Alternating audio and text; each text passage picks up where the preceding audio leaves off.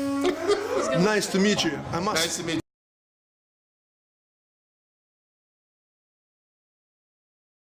Jazz is a very concentrated musical platform. Out of jazz comes pop, which is not as concentrated. Pop is short for popular. Jazz is not popular.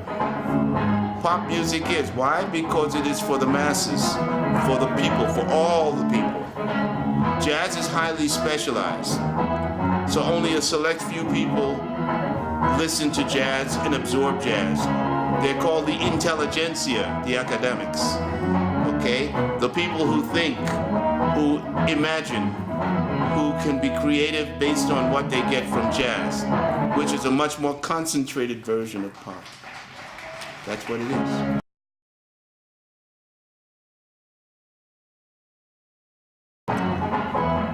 The question that comes out of not-educated mass is that the masses generally are overall not as interested in what is happening with the music of jazz. Why? Because they have no time to really enjoy or think about what is happening. That's why they are in the masses. That's why most of them do not go past a specific point in terms of mental content and understanding. They work. Then the people who are thinking, the academics, they create the problems for those who work. So therefore, they listen more. They think about what's happening. They listen to this music. They imagine what can be, and then they make a blueprint for the rest of the world as to what the rest of the world should do. It's very simple. You do this, you go from A to B, as opposed to A, A1, A2, A3, A4, A5 to B. You see? So therefore, jazz is a much more complicated, more rich musical platform with many layers of sounds that can create different ideas. Pop is very watered down, not watered down, but of a less, how can I say, an easier platform to understand. You hear a blues in pop, it's 1 chord, 4 chord, 5 chord. If there's a singer, that singer is singing about something that everyone can relate to.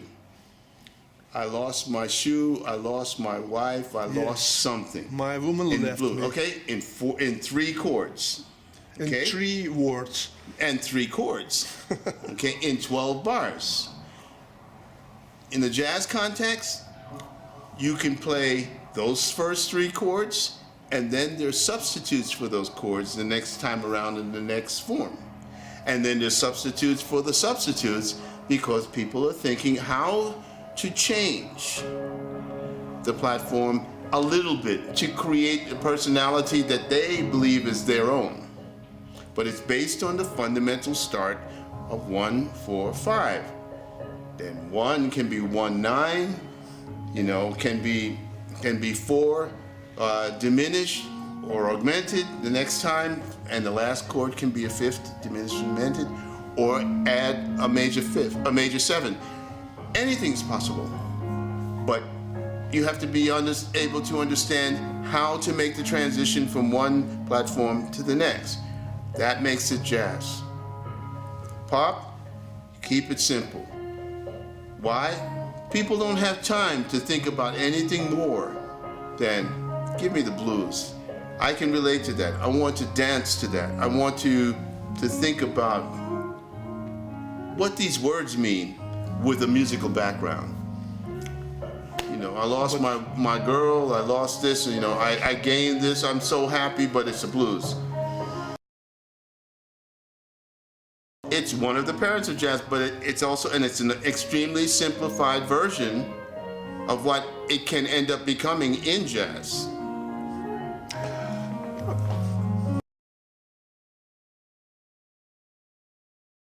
I don't even know what that is.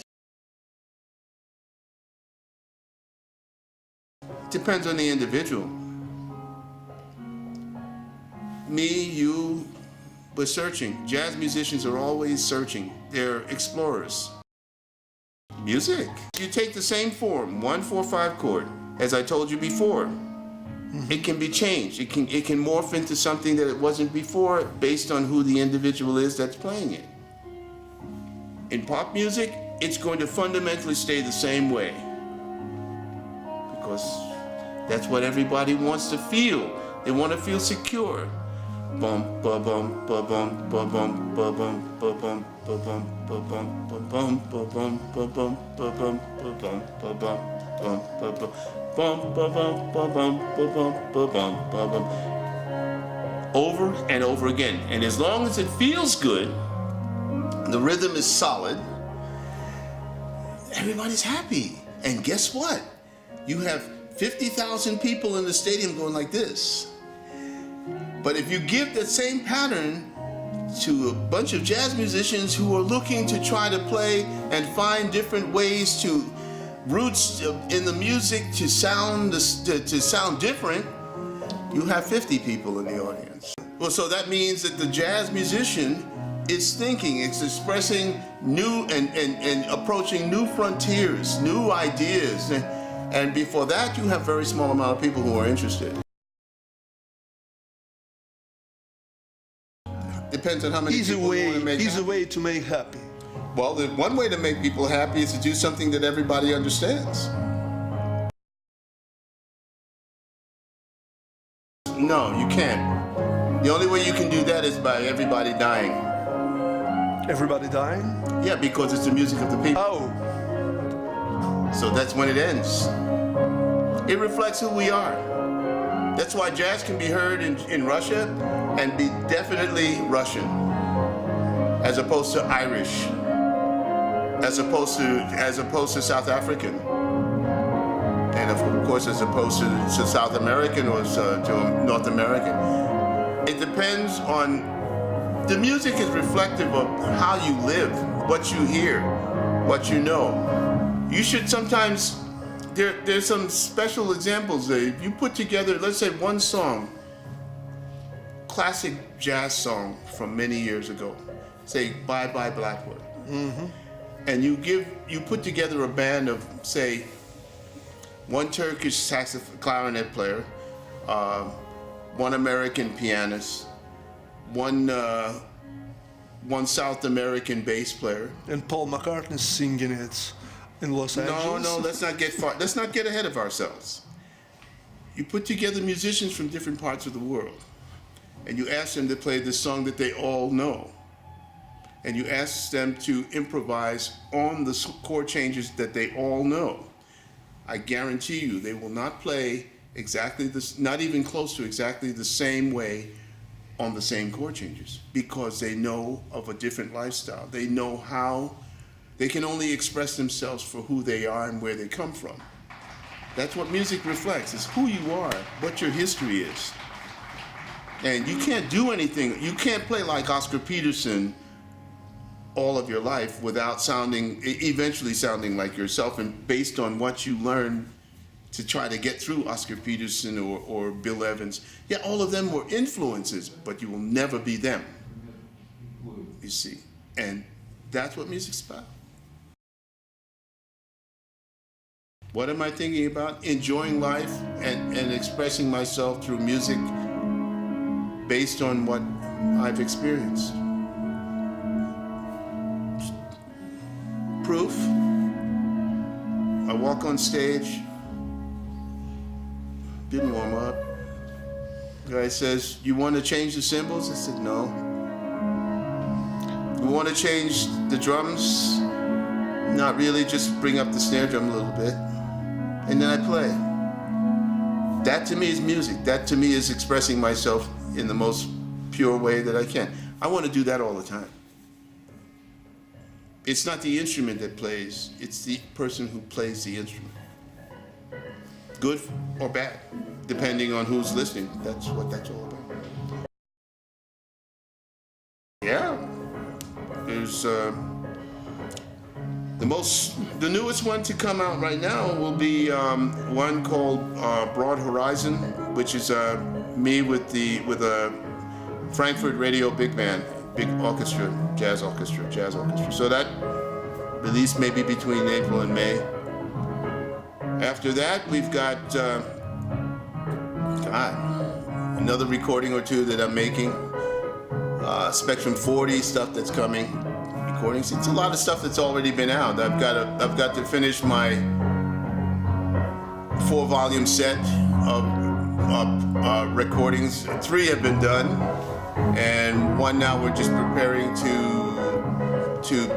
record. And that's called Tierra del Fuego, and it would be volume 4 of the family album, which is that's what I'm generally calling all of the stuff that I've done for the last 10 years, because it's kind of dedicated. It is dedicated to my folks, to my mom and dad who passed away back in 2007, 2006.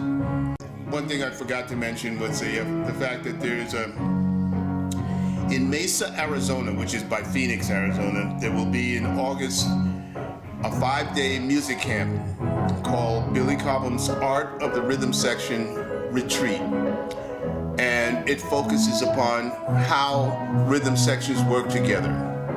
This means that we're calling upon 30 guitar players, 30 bass players, 30 drummers, and 30 keyboard players to come to a place, a location called the Mesa Arts Center, and there we will have 4 classes a day addressing the problems of rhythm sections, how to relate to each other. As for instance, this evening, where I walked on the bandstand, I've never worked with these musicians before in my life. What's the first thing that I think about when I play with them? What is it that I can do to help establish a rapport, a relationship, based on what they know about me, which is probably more than I know about them. But basic fundamental things have to come into play, like controlling tempo, but not primarily. Being selective about what drums I play when, which cymbals I play, how I approach the drum set. It's very important for me to be able to play right-handed and left-handed. Why? Because there are some sounds on the right side that I would like to use before I do on the left, vice versa. When I do that, learning to do that so that it helps to enhance the sound of the total picture of music that the rhythm section is working with. How do I support each player as a solo within the context of the full group presentation? What to do when? These are the questions that we will address at the Art of the Rhythm Section Retreat between August 1st and August 5th of 2016. Thank you and good luck. Thank you.